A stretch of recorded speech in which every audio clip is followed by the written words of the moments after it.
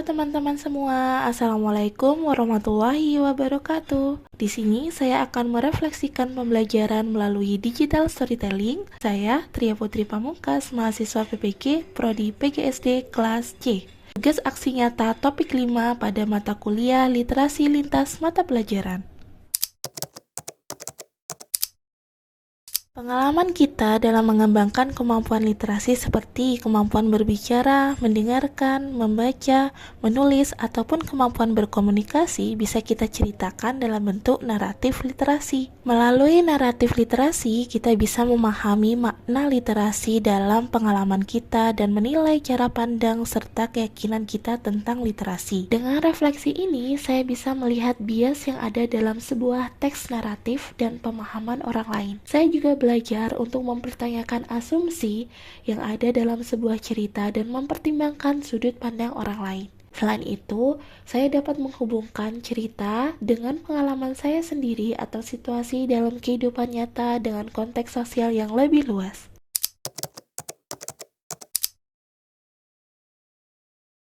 Literasi memberikan banyak manfaat dalam hidup saya. Dengan literasi, saya bisa berkembang, lebih termotivasi untuk membaca, menulis, mendengarkan, dan berbicara dengan baik. Kemampuan komunikasi yang saya miliki saat ini mempengaruhi dalam berbagai aspek kehidupan saya, baik itu hubungan pribadi, pendidikan, maupun karir saya di masa depan. Literasi juga memudahkan saya mengakses dan memahami informasi dari berbagai sumber seperti buku, artikel, situs web, dan media sosial.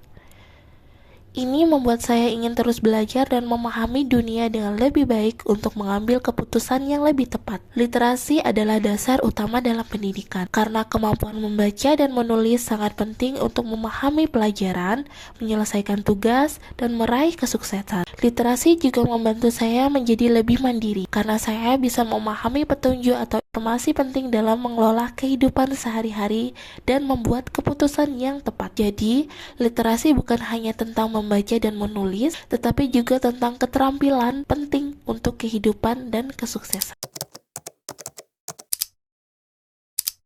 Sebagai calon guru, saya ingin berkontribusi dalam membudayakan literasi di lingkungan saya dengan berbagai langkah penting. Pertama, saya ingin menciptakan lingkungan pembelajaran yang kondusif. Ini termasuk pengaturan ruangan yang baik, pencahayaan yang cukup, serta suasana yang nyaman agar peserta didik lebih betah dan bisa fokus belajar. Kedua, saya akan menggunakan metode pembelajaran yang efektif.